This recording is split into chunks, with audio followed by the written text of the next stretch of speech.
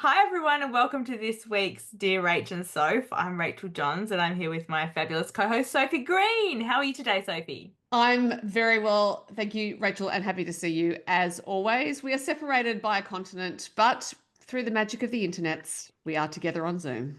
Yes, that's good. I'm trying to think when we'll next see each other, but I don't know if there's any like festivals or anything that we're both going to in the rest of the year, is No, it? I don't either, or nothing we can talk about. Let's put it that way at this Ooh. point in time.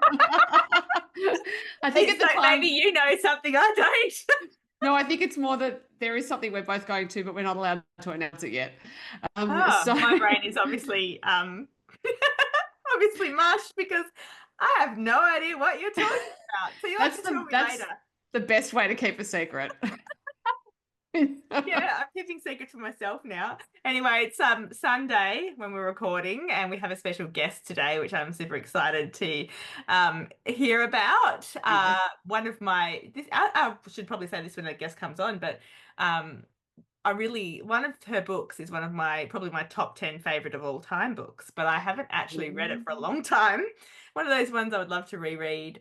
I'm trying to think, it might be one of the first books I ever listened to on audio too, Oh, back in the wow. Okay. day when audio was on like CDs from the library. Okay.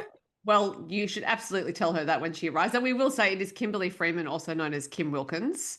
Yes. And Kim started writing fantasy as Kim Wilkins and has published commercial women's fiction as Kimberley Freeman. Now has a wonderful new novel, which we will talk all about. Now, Rach, speaking of novels, you're Hmm. embarking on a different kind of novel I writing, am. or at least fiction writing project. Tell us what's I happening. am. It depends on the day whether I'm excited about it or full of dread about it. Today I'm Okay. feeling okay. So a few weeks ago, someone who we've mentioned quite a few times on here, I'm sure, and we've even interviewed Annie Bucknell, who is from Well Creative and also branding service, Mhm. and she's a virtual assistant as well. And she suggested that maybe because I wasn't doing a rural romance or a small town romance next year, that I should do one on Substack. And of course, I'm terrible at math, so I don't think that like the reason I'm not doing a romance or anything next year is because I thought I can only really fit in one book. But I was like, oh, that sounds like fun. So I am now doing, I guess, two books because I'm currently writing the Rural Romance for Substack, which is a serial that I'm going to be releasing one chapter a week. It's going to be short chapters, about I think 1,000 to 1,200 words. And yeah, I'm hoping it's scary because of the extra output when I was trying to, only have one book, but it's also exciting and scary because I'm asking the readers who are subscribed to me for their feedback, not so much like review feedback, Mhm. but feedback on how the story progresses. And I've never done anything like this before. It's a bit like you choose your own adventure, except they're telling me what they want rather than me giving them options. Although I am, but so I don't know how it's really going to go. So it's a little bit scary, but it's also a fun experiment. And the other thing is, and you actually mentioned this to me this morning, it's I'm doing this without an editor. It's Mhm. people are going to see my work. I mean, I'll polish it as best I can each week, but when you write a whole novel and it's in a book, you've got the chance to go over the whole story before it ever, gets to the public. Mhm. That's kind of not happening here. The story's taking place as I write it. So yeah, it's experiment. I'm a bit scared, bit excited. But I'm sure your readers will love having access to new work from you. And also, if you're treating every post like a discrete little chapter in Yeah. some senses, then yeah, I think the whole doesn't matter because your readers are going to be interested in reading whatever you post every week. Yeah, hopefully. It's going, I'm just amazed. I've got about 50 subscribers so far, which happened in less than a week. So, um, that's again exciting and terrifying. But thank you to anyone who subscribed and anyone else who wants to check it out. You can do so by looking me up on Substack. And what have you been up to, Soph? Well, I've been up to texting you back and forth about this serialized novel, and you've given me an idea as well, which is because I have like a partial crime manuscript that I Yeah. started 3 years ago, sitting there, which my publisher didn't want to go ahead with because it was too Sounds different to everything else I'm doing. sounds exciting to me. Well, and then I was thinking, oh, maybe I should just do what Rachel's doing. I'm still thinking about that. I don't know. I would quite like to finish writing it before I start Yeah. posting it, but Well, that's we'll the two see. ways of doing it, isn't there? Like I've talked to a few other people and since starting this, I've seen that there's a number of not a huge amount yet, but there's a few people doing this serialized sort of fiction on Substack Yeah. back like it used to be back in the Charles Dickens era. We Yeah. like everything comes around again eventually, right? No, but I mean I suppose I was thinking, is it like Wattpad and stuff? But I never really got onto Wattpad, so I don't know. I think Like, there's a fan voting element on Wattpad that doesn't mhm. exist on Substack. So Yeah. yeah. Anyway, I was gonna say there's quite a few people kind of doing something like this, and I haven't really explored a lot of them, purely a time thing because now I'm, doing a few things. Yeah. Um, but I don't know. I think there's probably people doing both. What you like, I talked to a couple of authors who thought about it, and they've got either books that they're no longer in print, Oh, or right. ones that they have, you know, written and for one reason or another it hasn't got out there yet and they've thought about doing it that way, but yeah, this I don't know how many people are writing it week by week.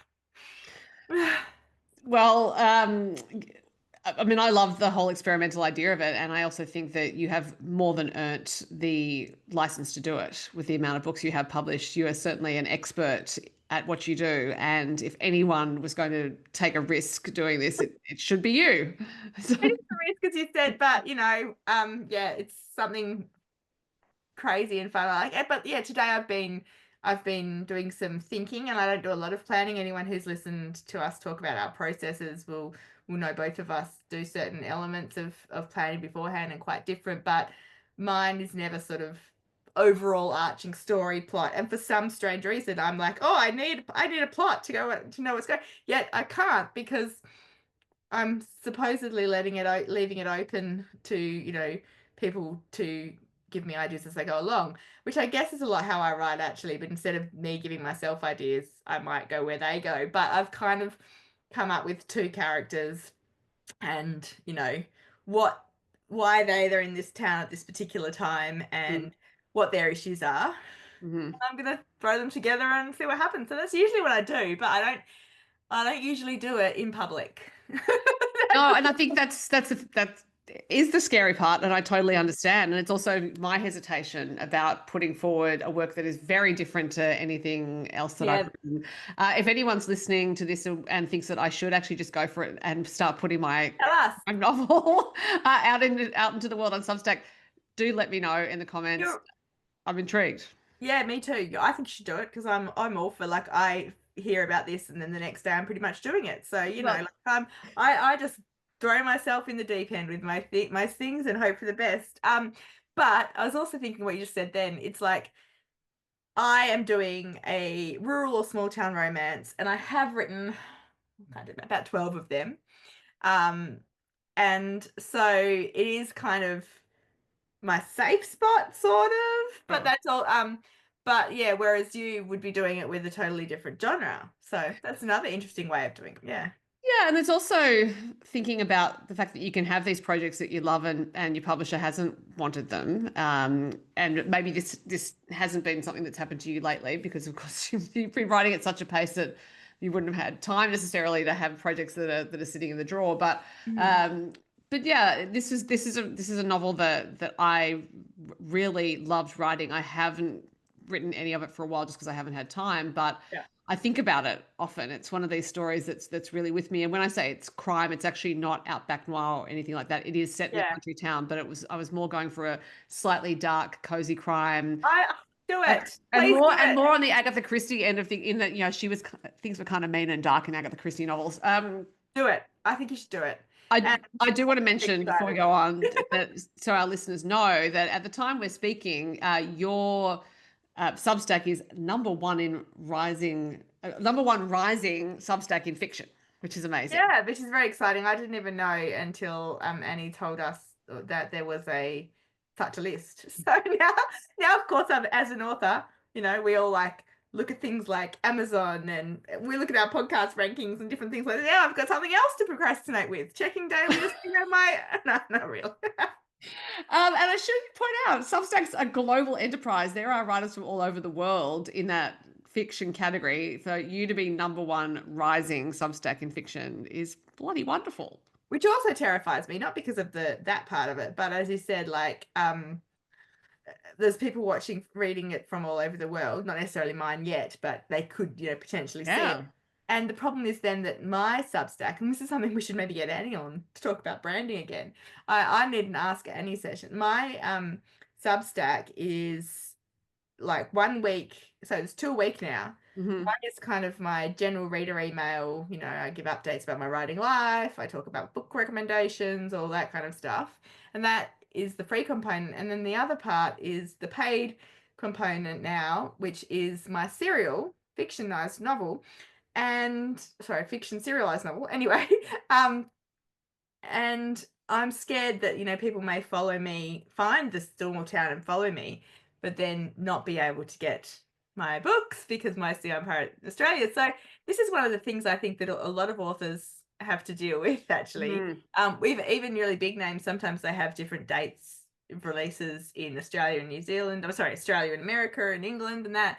And, that causes problems. But so just one of those things we have to, In fact, I made a TikTok video about the different release dates. Oh, did you? Yes, because sometimes there are people who get on TikTok and Instagram and elsewhere and rant and rave about the fact that books aren't available at the same time in the same place. And I can tell you, as someone who is publishing an author who will be published in the UK and the US at the same time, and I'm the lead publisher for this.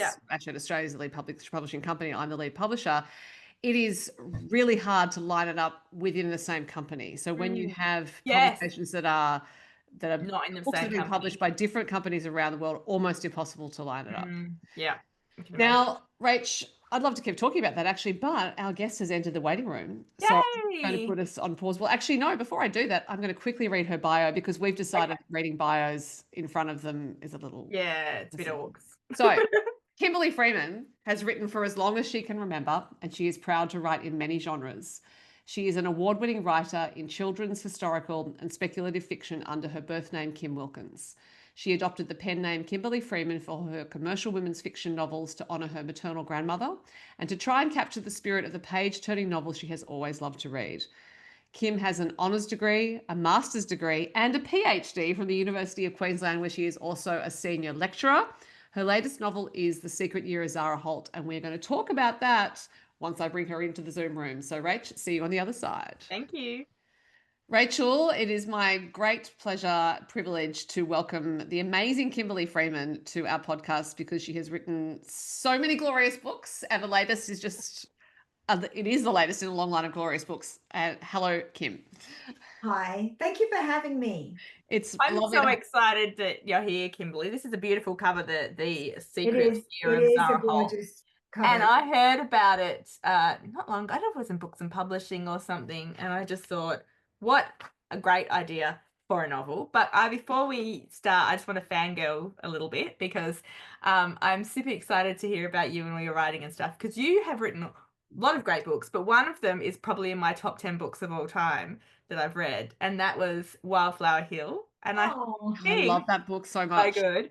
I also said to Soph earlier, I actually think it's the first time audiobook I ever listened to or read. But anyway, so I'll have to reread it actually properly one day. I did buy a copy. So yeah, I'm super excited. I haven't, unfortunately, Sophie has finished this book. I haven't had time to finish yet, but I know that I'm in for a treat. So not too many spoilers, Soph. No, there'll be, well, look, the major spoiler about the story is the one that everyone knows because it's based on history, which is that Harold Holt disappeared off Portsea in 1967. But some of our listeners may not know about Dame Zara Bate, as she became Zara Holt, as she was at the time, most of the action in this novel. So, Kim, I'd love you to tell us why Zara Holt. Well, look, I was having lunch with a couple of colleagues, publishing colleagues, and we were talking about books that sort of retold stories of forgotten women of history. And we were sort of thinking about Australian women who would make a good book like that. And one of them, I can't remember which, said, "Oh, what about Zara Bate, Harold Holt's widow?" And I was like, "I've never even heard of her." So I Googled her and I was just astonished. I was astonished at what she'd done, and I'd never heard of her. Except Wow. obviously I realized that, Harold Holt must have had a family that he left behind. And so I ordered her, I went on a Google search and I found that she'd written a memoir in the year after Harry, as she called him. So I can't refer to him as anything else but Harry, I'm afraid. After Harry disappeared, she wrote a memoir which was mostly about her life with him, her official life with him, but about the first quarter of it was more about her life before she married him. And it was wonderful, and I loved her voice, and I loved hearing about all of the things that she'd done. She was so creative and so entrepreneurial. She started a fashion house when she was 19 with, Wow. with her best friend, her quite scandalous best friend, by the way. Mm. Another really good story. Mm. And they did so incredibly well. And then she left all that behind and went traveling around the world, fell in love with a colonel in the British Army, and ended up living in India. But she and Harry met when she was 16, and they couldn't stay away from each other. I mean, you could obviously, her memoir is written in very sort of polite terms, but the two things that really stood out reading between the lines were, number one, they were so passionately mad about each other. Absolutely. It was so tumultuous, their relationship, that they could not stay away from each other or keep their hands off each other. And number two was that she had a bit of a reputation in the media later in life as being a bit sort of daffy. Right. In fact, she was incredibly creative, a bit sort of dreamy in a way with the fairies. And you can read between the lines, very much given to terrible depression. Things would happen. And she would say in her memoir, "And I went down, down, down again, and blah, blah, blah." And then everything just moves on. But you could just tell she was an emotionally, volatile person. So I thought I would really like to write about you. I'd like to spend some time in your viewpoint, imagining that life and imagining what it meant to be the wife of a prime minister in the 1950s and 1960s in Australia. And in fact, that line, "I went down, down, down," does appear in the book. And at the time, I just thought, what an elegant way to describe Yeah. that experience of depression. Yeah, absolutely. Absolutely. She was, I think we have so much more open conversations now about our moods and how we feel and that kind of thing. But, I think you had to sort of lace it all into your petticoat back then and not show it, especially when you're the wife of a high profile public figure. Now, you mentioned her friend Betty, and she is also a really great character in the story. And you do feel like there could be a whole book about her. The next book? Maybe. No, I think Zara could be a side character in there. Yeah. So obviously you had to do a ton of research. So Zara's memoir would have served as a great basis, but there's so much detail, not just about Zara and Harry and Betty, and actually so many people in Zara's world, but about Melbourne at the time she was living in it, about Mag, which was Mag with two G's, which was the business that she and Betty started when they were in their teens, and which Zara later reestablished after she married Harry. So after you read the memoir, where did you go to next for that research? Well, the next place I went was actually the National Archives, because they have, in amongst all of the Harold Holt papers, they have the Zara Holt papers. And that's where I saw another side of Zara in any case, where you could see the kind of person she was, because in her correspondence, she was being herself, like, little notes that she left for her son and, reflections on travel and that kind of thing. But in terms of the historical research, well, the usual places that people find things, you read books and you go on. I found on realestate.com, I found the house that she lived in as a child. Wow. and things like that. And you sort of cobble together history out of that.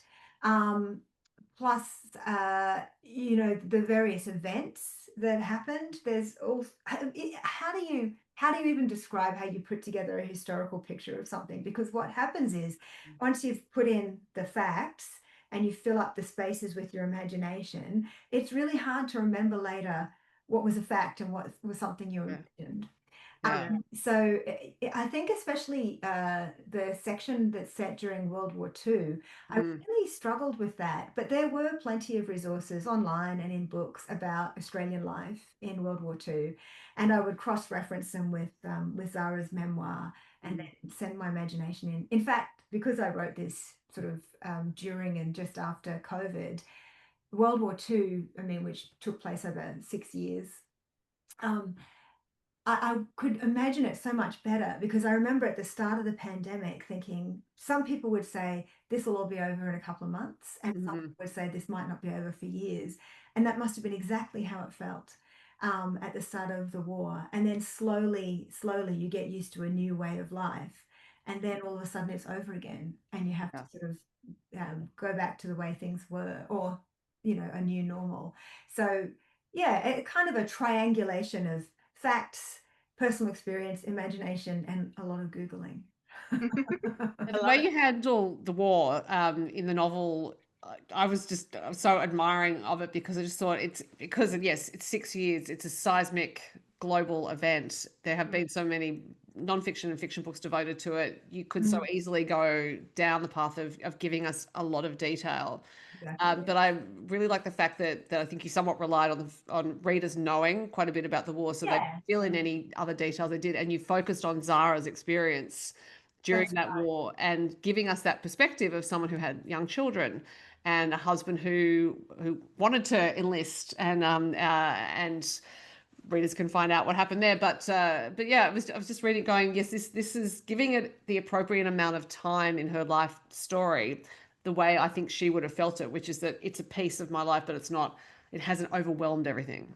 Yeah, and when I was doing the research, I did find one of Harold Holt's biographers had said not unkind, but slightly disparaging things about Zara's memoir. It's something along the lines of it being largely inaccurate. And I remember thinking at the time, this is a reflection of how she felt. That's not inaccurate. Yeah.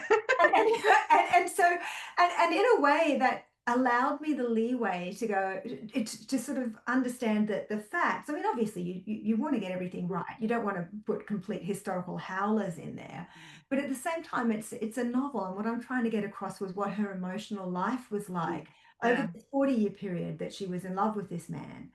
And building her own business and trying to be a woman in the 20th century when things were changing radically for women. And that was far more important in the end. And you're right, I think I did World War II in about 2 chapters, because she had young children, and we all know, if we've had young children, how time just, turns into syrup when you've got one. That's a great description. Yeah, yeah, and so the actual, did it matter?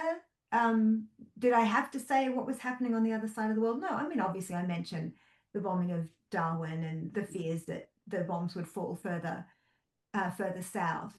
But yes, it's all told through her perspective. It's all told through her emotional life, because it's trying to give a picture of what it felt like to be her.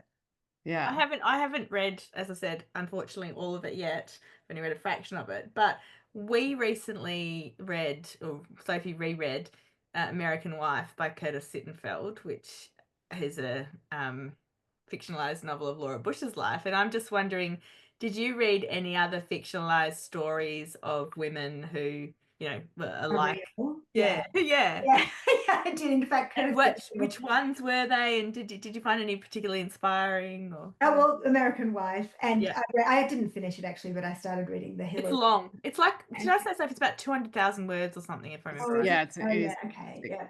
And I read it. How you don't know unless you've got a book how long it is. It just seems like you've been reading for a long time. Yeah. And I didn't finish, but really enjoyed what I did read of the Hillary book, because I wanted to see how they did it and how she did it and what was possible to do because, I'm not a monster. I know that Zara has family that are still alive. I don't think any of her children are still alive. Her grandchildren obviously are. I had to really think about, is this my story to tell? Yeah.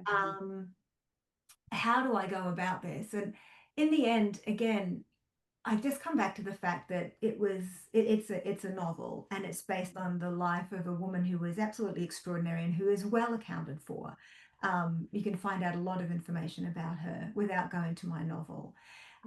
It was more about that emotional life, that reflecting on how it feels, not just um, what she did, but how she felt about what she did, and bringing in those novelistic elements that were actually so clear in her own life. That the high achieving businesswoman in fashion who was also desperately madly in love with a man who desperately madly loved her, but they drove each other crazy.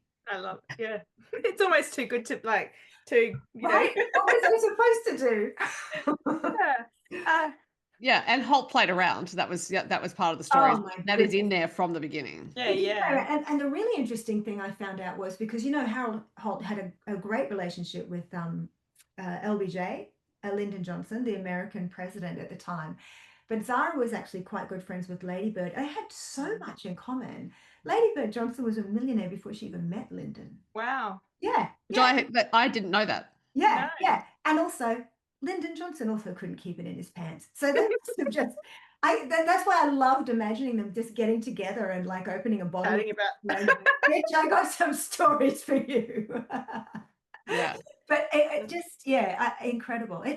And obviously with Zara, with Harold's indiscretions, we should call them, it made her really unhappy. It made her really, really unhappy. But in a way, it was what was, at the time you accepted that, and you Yeah. were the lucky one because you were the wife, and etc. etc.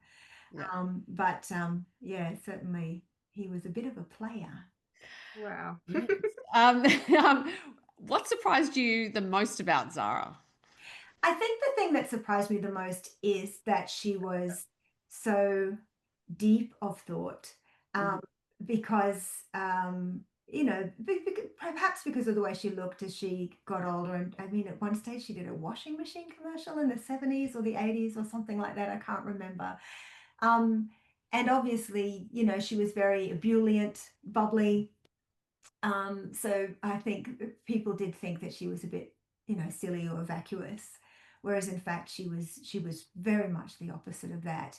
And just like I mean, one of the lovely things I learned about her was that not that she believed in fairies, but that she really loved the idea of fairies at the bottom of the garden, and she was always drawing fairies on everything, which I Oh, think that is is just cute. a delightful detail. So you can just imagine her growing up from a sort of a dreamy-eyed girl who loved drawing fairies, and then that turned into drawing dresses, and then, but also just that entrepreneurialness.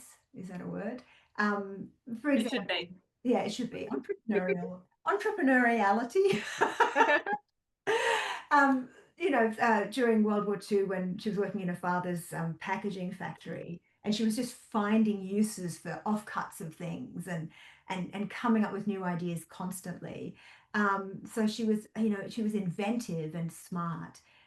Absolutely not very good at bookwork though, and she admits that. So Betty was the one with the brain for numbers, apparently. Yeah. Mm. You have such great descriptions of the clothes that they made, particularly with the first version of Mag when they were young. So I'm wondering if you actually really enjoyed writing about the clothes, because it felt like almost like you had worn them in the way that you describe them. And I also Yeah, really like the aspect of Zara's story where she was quite short and by her own admission quite plump, mm, and she became interested in clothes because she wanted to yeah. think about a different way to dress herself. Yeah, yeah, that's absolutely right. I mean, and starting in the 1920s when the silhouettes were very, slim and straight, and her Mm. being a curvy woman. And you know, just I can't even remember now if it's from her memoir or from my novel, but you get the idea that she could just look at a figure and know what would suit it.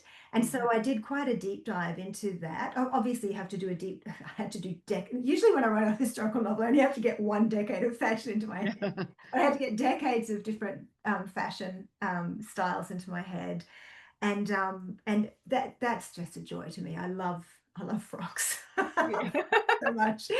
We can tell on the page, like they're written about so lovingly. Yeah. Well, I mean, and she spoke of clothes so lovingly. She in her in the papers in the National Library, there's a lot of talk of wherever they went in the world, she and Harry, she'd go and buy fabrics or find fabrics, and she had this one dress that she talked about, which was a beige jersey travel dress that she had designed herself, which was just spectacular for travel, and she would walk off the plane and still look fantastic in it. And so yeah, I really got right down into the depths of the sort of bias cuts and the types of material. And so I can't sew if my life depended on it. I'm no good at anything like that.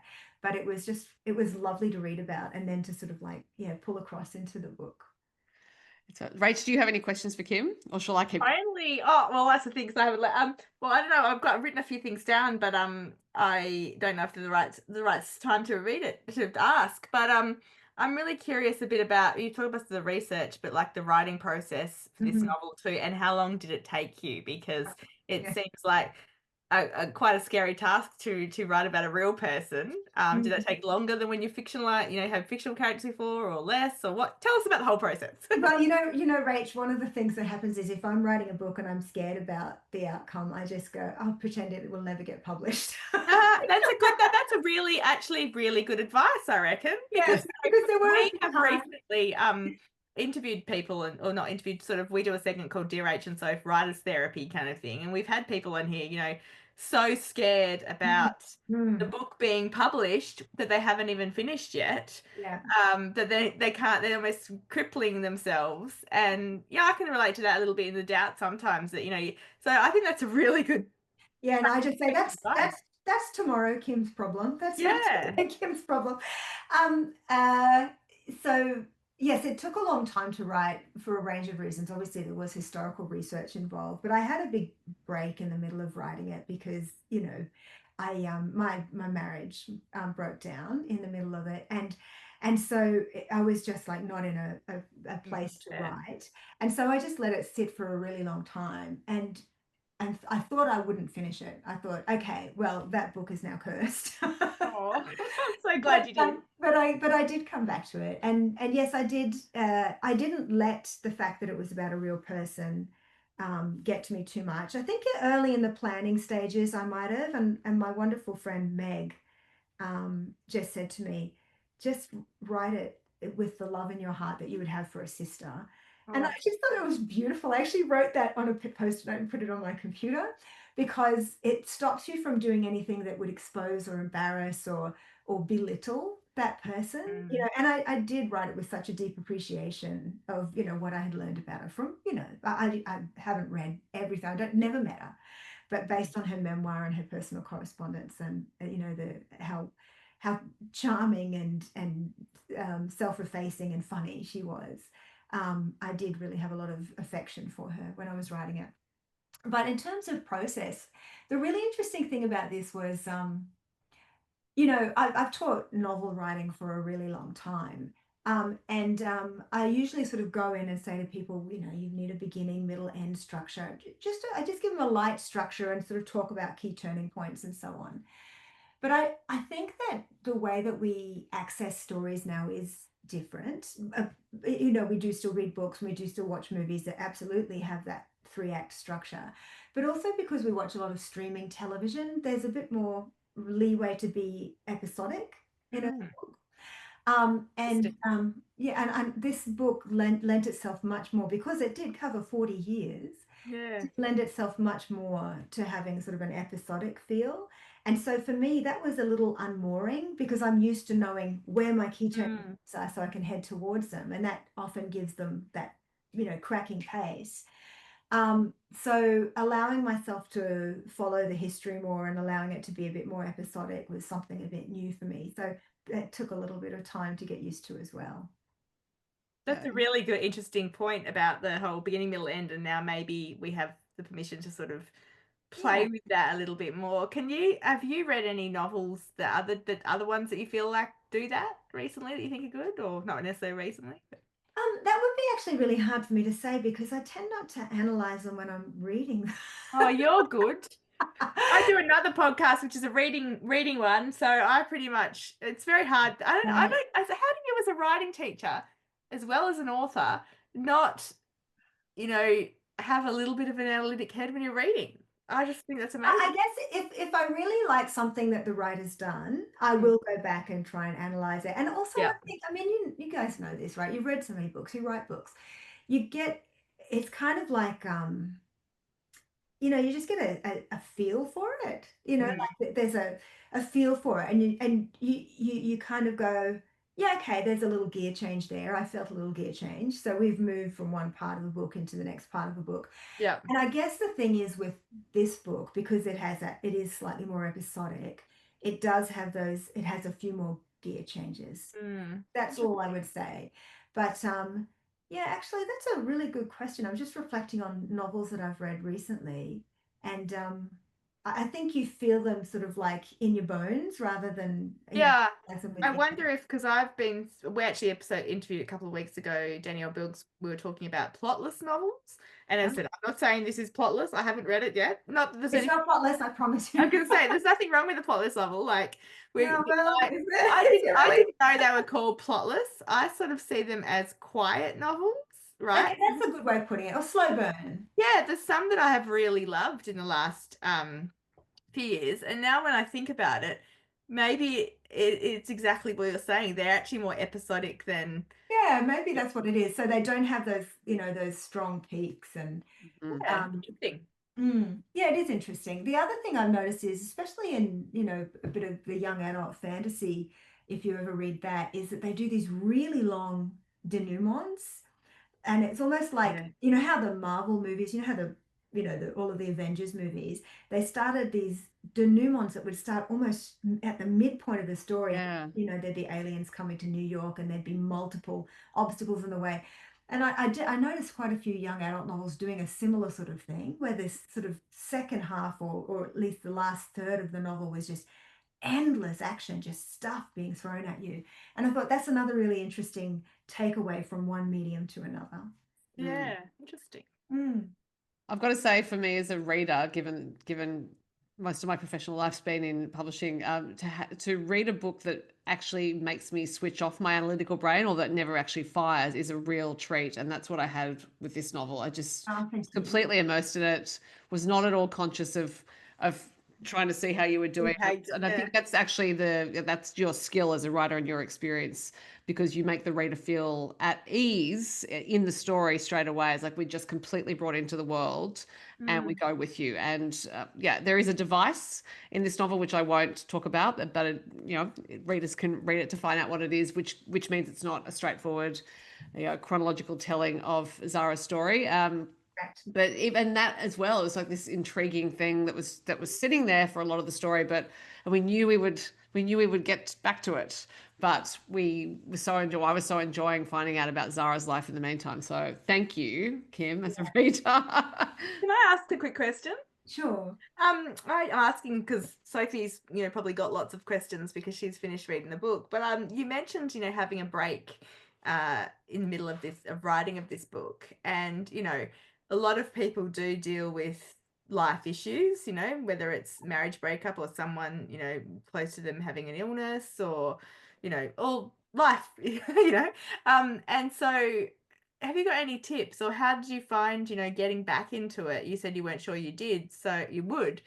So yeah, just how did you go about sort of relaunching yourself into this particular novel, but maybe also writing as well? I don't know if you were writing other things in that time or what. Yes and no. So I wasn't writing another novel, no. Yeah. I feel like you can only have one novel at a time, or is it just like spouses? Yeah.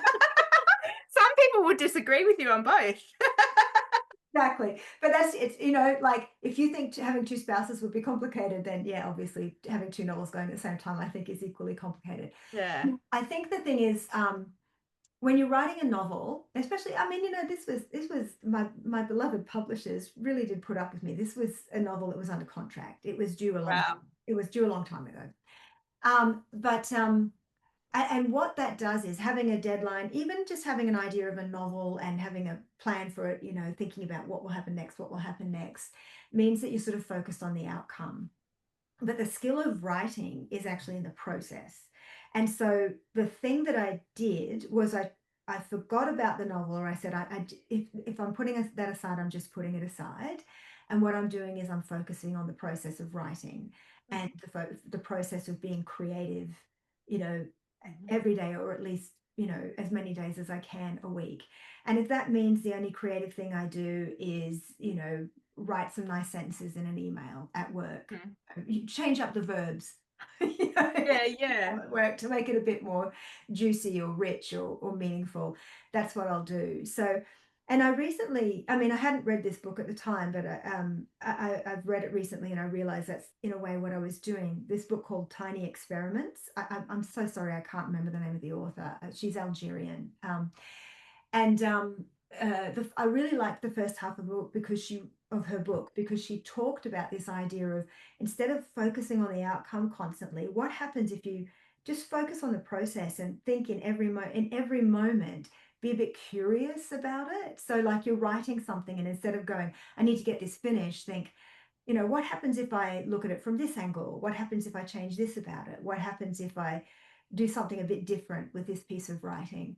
And so in a way, I used that time to focus on my craft as a writer. And like I've written a lot of books, and they've sort of come out one after another since the 1990s. So it was an opportunity for me to, and in a completely new media environment, it was an opportunity for me to reflect on what I do, how I write, and so on. It was also, just a really horrible time. If anyone's Yeah, looking for a yeah. marriage breakdown, and I've gone through two, and they don't get easier. No. But and then when I returned to the book, the place where I stopped actually was right in the middle of World War II. Ah, And when I came back to it, I came back with, I think, a better attitude to my writing. I wasn't going, I need to knock out 1,000 words a day so that I can get this finished by this date so that I can get it to my publisher's desk, because by that stage, I think my publisher may have thought the book was never coming. So I don't think there was much of an expectation. But instead, I tried to focus on this scene, this feeling, these words, this, especially when you're doing multiple historical periods, how does the 50s feel different from the 40s? mm, So just focusing on that, I think, helped me get back into the story and ultimately helped me finish. And yes, towards the end, it does, get a bit breakneck because you're thinking, oh, I just need to get to the end and I need to do all the revealing and et cetera, et cetera. And, the end of this book is, of course, one of the most famous incidents in Australian history. Mm. And I'm getting choked up thinking about it now. I'd never thought of it before as something that happened to somebody. Yeah. You know what I mean? Like it's almost like a joke in Yeah, it is. Australian I know what history, you mean. It is. especially because we named a swimming pool after him. I Yeah, yeah. understand that now. The man loved to swim. He yeah, loved to swim. He would Yeah. have there was a swimming pool named after him. But to imagine, I can barely talk about this without choking up, but to imagine her standing there on the day, Mm. yeah, oh, it's devastating because Yeah. she would have known. She knew what he was like. She knew that he'd had a sore shoulder. She knew that he was always, just pushing it a bit. She knew that she knew that beach. She knew how treacherous it was. And she would have just been standing there thinking, that's it, he's gone. After yeah. 40 years, he's gone. Sorry. I think, No, no, no, that's great. I was gonna say, I think that shows, I haven't read it, as I said, but I 100% can see how much you feel towards this character and how much I'm going to enjoy it. And I recently interviewed Natasha Lester about her latest book. And I think I've never written a book. Would she call it a bio piece? I mean, I know this is not, I haven't finished it, so I don't know. It's not exactly that, I don't think. But she said she really struggled until she found the connection, the emotional connection to the character, and she got that in a different way. But I think you can see that in listening to you talk, you obviously really had that emotional connection. And I think probably, a lot of people might think, oh, I'm going to write a book, about it. Jokingly, I said it after we'd read Get a Sittenfeld. I'm like, what Australian, character what Australian real person can I write a book about? But you have to have that. I mean, although you hadn't really heard of her before you started, you obviously then deep dived and obviously felt something for her. I think you have to have that really emotional 100%. connection. Yeah. Because on the surface of things, right, I'm a member of the Labor Party, and she's like, Holt was a Liberal, right? And she's very different from me, completely different background, quite a privileged background. But I will say that reading that political history of the period, the Liberal Party back then looked a lot more progressive. That's why they were called the Liberal Party. Yeah. You really see. I think reading about Menzies' reign, and I mean even Holt. I mean the referendum to make Indigenous people citizens was under Holt. He started winding back the White Australia policy. I mean these are quite progressive things. But politics aside, I connected with her because I understood the creativity and how that comes with that tendency to spiral. Overthink things. Yeah, I think that's right. Sorry, I said spiral for anyone listening. And they're going, why am I putting words into Kim's mouth? It's because she was doing this hand gesture. So we're doing a spiraling hand gesture. But yeah, that overthinking of things and how that can lead you to different emotional place. Yeah. And once I had that, I feel like I had her. Yeah. Wow. Yeah. And I should say, Kim, that Holt's disappearance is looms large for me in terms of Australian history. The very first time I went to the Mornington Peninsula, I went to that beach because I wanted to see it. And I remember, and I am a confident and experienced ocean swimmer. I took one look at that beach and went, why the hell was anyone swimming there? It was so treacherous. And to the point where in my most recent novel, I actually mentioned I have the character in a hotel overlooking that beach. It's the location of the hotel is fictional, but it was so significant, and we've lost that awareness of it now. But when I was younger, that Harold Holt's disappearance was still referenced fairly regularly, just all over the place in culture, in news. It was such a big deal. Wasn't it a thing in Neighbours that the character named Harold went swimming? Yes, it was. And didn't come back. Oh my gosh, didn't come back.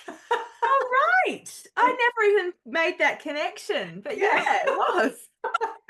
Yeah, no, it's a thing. Like, I mean, we lost a prime minister. That's literally lost him. Just never seen him again. And of course, it comes with all the conspiracy theories about the Chinese submarine and the CIA and whatever else. And again, I understand why popular culture does that, but to get back to the personal stuff, to get back to his wife. Without spoilers, because I can't spoil it, because literally I've only read a small amount, but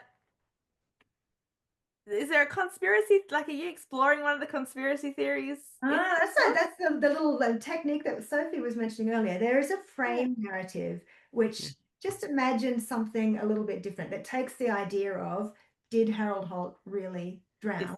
And just turns I really like that. So in fictionalizing a real person's life, do you think that's kind of an important aspect of it? Because otherwise, why not just read a memoir or, So is that was that really important to you, that aspect of I think an alternative kind of history maybe? Or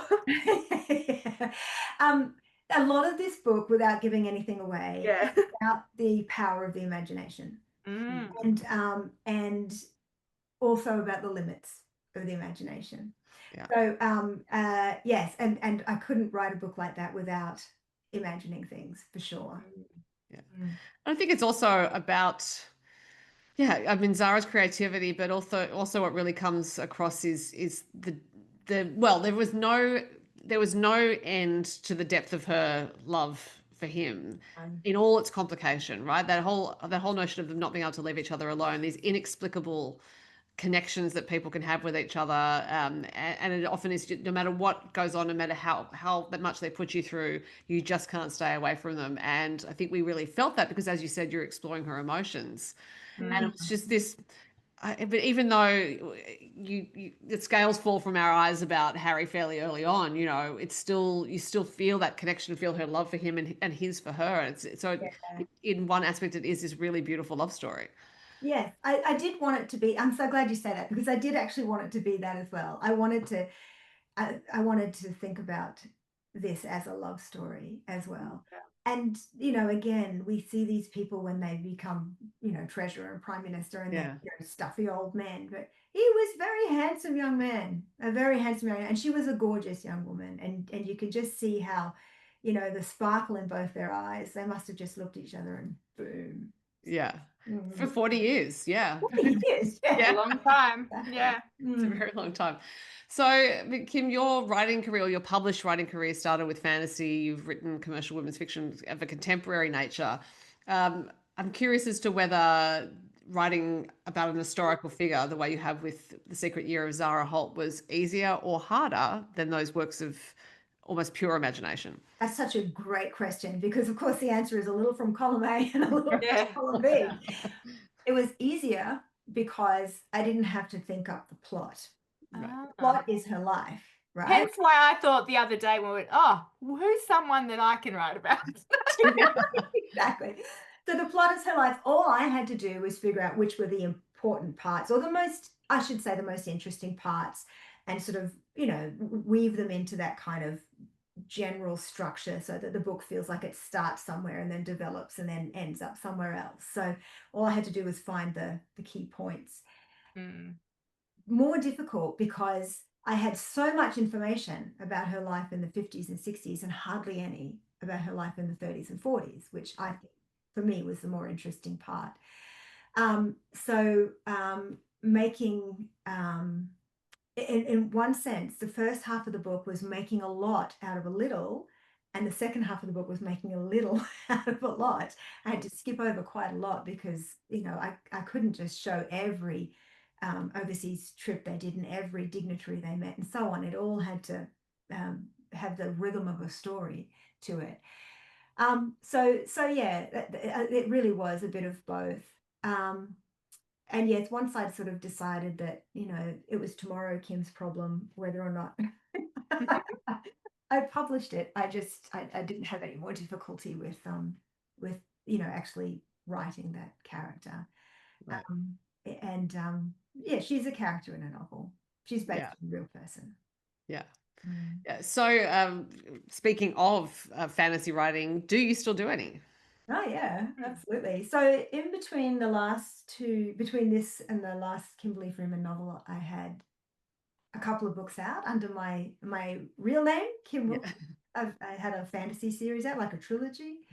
Mhm. And currently I'm just enjoying that experimentation that I mentioned to you earlier. I'm writing a story at the moment that's sort of Victorian novel based on some interesting folklore. Ooh. But I'm really having a good time with it. Really having a lovely time with it. And exactly because I'm not thinking about the outcome. I'm just kind of experimenting in the moment. Like, what happens if this character does this? And I mean, I've got the freedom to do that because I have a very well paid other job. And day gig, as they call it. So I feel that is, I know a lot of people who do write full time. That's their business. And sometimes I've been quite envious of that, but Don't be. Yeah, that's me. I write full time, and I'm envious of people who have another job that. I have another very dear friend who's also an academic and a writer. And every now and again, when we do get the envies, we just write one word to each other in a text message: superannuations. Exactly. Yeah. I'll be writing till I die because of that. And it just puts a bit of pressure, like more, I think having another income that you're not relying on your writing creativity to pay the main bills and stuff. I feel like it just take a little bit of pressure off. Yeah, and I'm really lucky because I'm a professor at the University of Queensland, and then they're not dissimilar to each other. And my day job allows me to use my creativity, in a range of different ways. Yeah. And Actually be talking writing, I guess, when you said, and sort of thinking creatively, when you were teaching, you said not anymore, but yeah. No, I don't teach anymore, only since very recently, because I've been okay, yeah. promoted to a senior position. And Can I ask? Okay, sorry, keep going before. well, but when I did teach, of course, it was wonderful. I mean, to read books, to teach the people how to write them, I just love doing that. I love doing it so much. Yeah.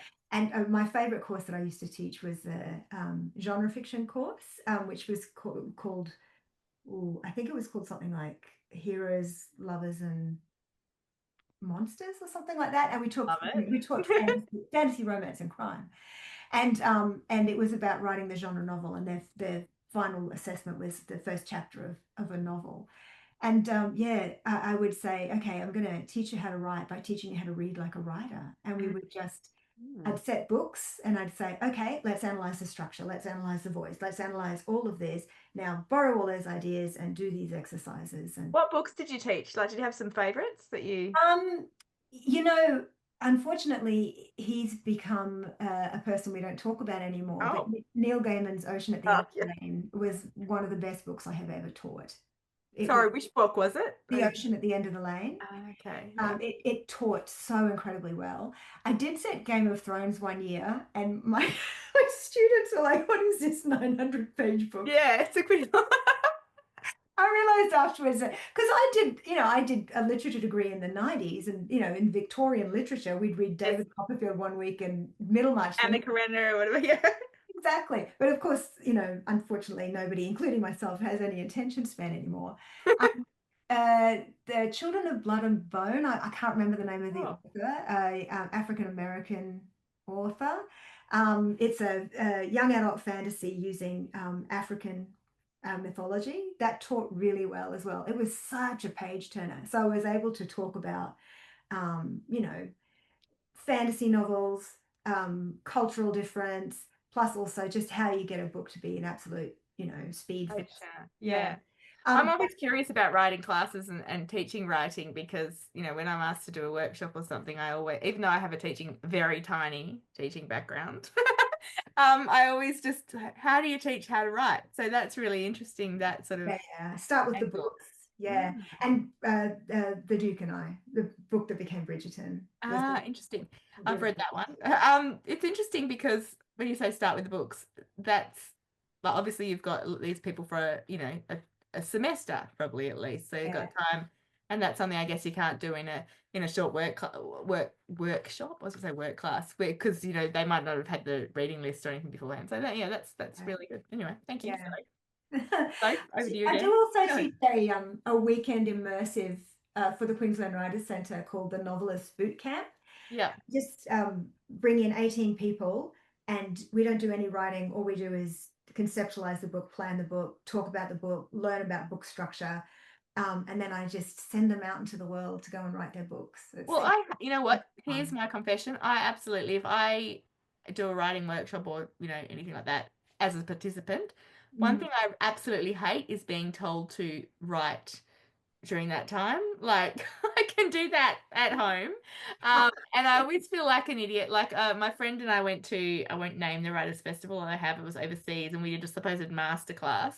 And the first day was basically the person handed us out a piece of a photo of different people. We each got a different photo, and then she's like, okay, write for half an hour about what you think this person is, that. And I was like, I'm in hell. I'm actually in hell. And then we had to read out the stuff, and everyone there, most of who'd never, and this was their first attempt at writing anything, which we hadn't thought that was the whole thing of that sounded brilliant. And I'm like, I don't want to write because I cannot learn that way. Like, I want to be told things like you just said, and analyze stuff, and then go and write myself, because I feel like actually teaching to write, you can't, I don't know if you can actually teach how to write. I don't know, but teaching all the stuff around it. I just find talking about ideas so much more fun than talking. Yes, same, 100%. I wish I was at your classes rather than some of them that I've been to. From what I've heard, Rach, there were many people who were very glad to have been in Kim's classes, because I have encountered several writers who said how wonderful she was as a teacher. Yeah. Who knows how many careers you've influenced, Kim?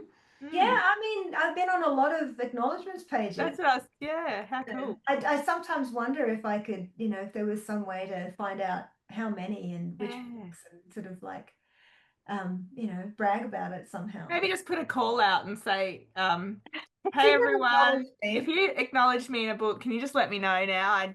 I'm just collating it all. So I don't know.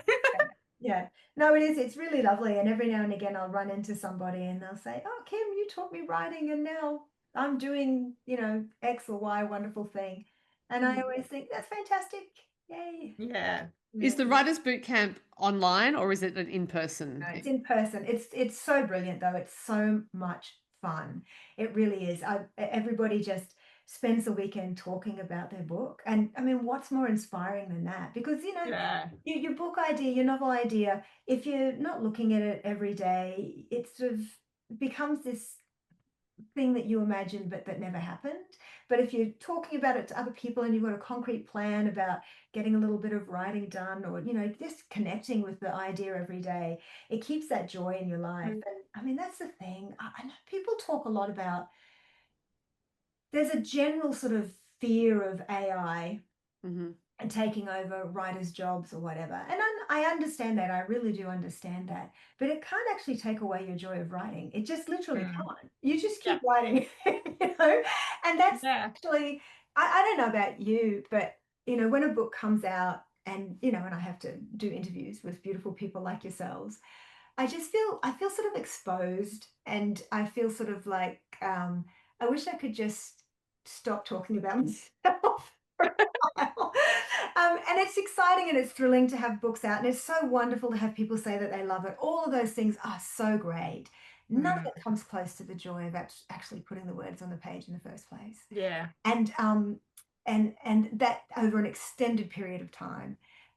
So yeah, I think uh, I agree. I think that people, they want, so I think that basically separates the people that we've talked about this also, that want to be a writer yeah, because they think, oh, I want to introduce myself as a writer. I want to say I've written books and see on the shelf. It separates them probably from the people who really just loved immersing themselves in story and like, yeah, not always love the writing part of it, but you just are a writer kind of thing, no matter that's right. what Yeah. you can't help it kind of thing. Yeah, yeah. No, the challenges are what makes it fun.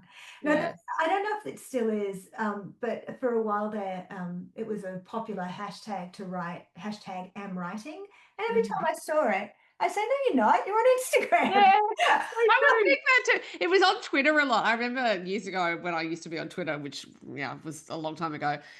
That's where a lot of that activity was going. And I used to think the same thing. I'm like, but you're all posting to each other about how you're writing. So Yeah, Yeah. yeah. exactly. Yeah. If I've been silent for a long time on social media, which let's face it, is a lot, it's probably because Oh, I'm you're actually writing. being You're creative. actually hashtag writing, yeah. Every now and again I go, I've got to put some stuff on. And then, I put on a few interesting things, and then I sort of forget about it and I end up going back to posting pictures of my cats. I posted Oh, hey, you can never three of have my too many cats today. pictures of cats, I reckon.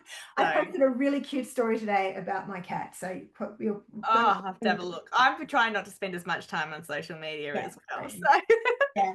So it's terrible for your brain. It's and just it's a time suck and a waste, hey. Like, I mean, not that looking at cats is a waste, but no, no, but there is no way that on your deathbed you're going to say, you know what, I wish I'd spent more time doing scrolling on social media. Mm. scrolling through Reddit, reading Am I the Asshole posts. Yeah, yeah. I think yes, it's good to. There should be a movement for like mindful social media consumption, which is go in with a purpose, and once you fulfilled that purpose, and the purpose might be entertainment, but set a time limit on it. Yeah, The that's a good purpose idea. is to go in and find some information. If you're going in looking for gigs, for example, and you've got a whole lot of musicians in your feed, great. Go in, get out. Well, Yeah. I have this idea, right? I have this, this idea for a revolution. And because, we go in and we blame ourselves. We say, I can't stop scrolling through social media. But for every one person with their little bit of willpower, there's a whole machinery with thousands of people designing it to try and keep your eyeballs there so Yeah, you that's can run true. advertising in front of it. So it's not your fault. And it strikes me that the opposite of that kind of glancing attention that we pay to social media is reading. That reading is how you cure your attention. There's a lot of people who are really worried about their attention. If we had some kind of program where we all got together and read 10 pages every night until that was easy, and then made it 20 pages every night until that was easy, then books could be like revolutionary. Take that to tech bros, read a book. Rachel's writing notes. She's got I'm ideas. just writing notes to tell my youngest son, who used to be a big reader, but he does other things, and now, and I'm like, read before bed, read before bed. Yeah, well, also it is a good way to, if you are on a screen until a certain time of night, for work reasons or other reasons, reading a book in print is actually a great way to wind your vision down for one thing from looking at that screen, and then just readjust your brain before you go to sleep. And it's like so many people, including my son who's 16, my middle one does not, he's never been a reader, but so many people actually do want to read more, including him. He's asked me to buy him books recently that, but then other life and social media and other digital platforms steal our time, as you said. So a lot of people want that time, but they just don't have necessarily the discipline or to do it. It needs to be an app that kind of you can elect to have reading time, and you program your phone and switches everything else off. Reading time. Yeah. Like how your iPhone will tell you, it's time to wind down before bed. It should and read. Yes, I love it. So you cannot come back on the phone until you've read 10 pages. Interesting. Well, I like the idea of ending this conversation on a revolution, Kimberley. So do I. Anyone out there listening who knows how to create an app that we could be a reading app, like where it switches off the rest of your stuff, let us know. Let us know. We have had you talking for a really long time, and I would love people to stop listening to us actually and go and read your book, because I would like that too. Time well spent. Yeah, me too. I'd like to go and finish it. So, Kim, thank you so much. Tonight, Rach. Yeah, I'll be more than that. I don't need encouragement to read. Kim, thank you so much for your time. I'm going to put us on pause as we say goodbye to you off camera, but it's been great to spend time with you today. Well, I think Kim kind of ended that conversation for us really well, Rach, by suggesting a revolution. What do you reckon? I absolutely love it. Let's do it. And please, those of you listening / watching, do read this novel. I just love it so much. I'm very, very sad that it's over. You can reread it. My spare time. I think I will one day, honestly. And it is not just how she wrote Zara, but how she wrote the like, as I said, Melbourne at that time. The various details of place, and you have this almost like a full sensory experience of every scene, which was just beautiful. So I can even see that already. Like I've only read 22 pages, but having seen your Substack where you raved about it this morning, I was just like, I can tell. Like I can tell, what is it you say when you start reading a novel and like you can tell you're in good hands, kind of thing. Yeah, I just always feel that it's nothing technical. That's why your point to Kim about not being able to teach writing, which is something that I believe as well, is it's difficult to teach, because I think that there's nothing technical we can point to on the page and say this writer is really accomplished, here's what they're doing. It's actually, I think it stems from the writer's sense of what they're doing, and their sense of connection with the reader, and their confidence, and often their experience actually. And the experience you can see it in a debut novel, but usually that author's written a lot of other stuff before. So I think it really just it's the platform, the inner platform the writer is coming from or writing from. Well, I feel very like I'm in good hands in this novel. Yeah.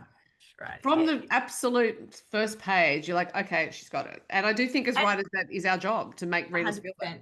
And like as you have a lot of reading too, more than me, since you read submissions and stuff too. But I have a lot of reading because I run an online book club and I do a podcast. So there's 3 books a month straight away. And then there's other things that I like to read and different stuff. So I could easily go, okay, we've talked to Kim now. I don't need to finish, but I really want to. Yeah. So viewers / listeners, I hope you read The Secret Year of Zara Holt by Kimberley Freeman and love it as much as I have, and Rach is going to, and we will see you next time. Bye.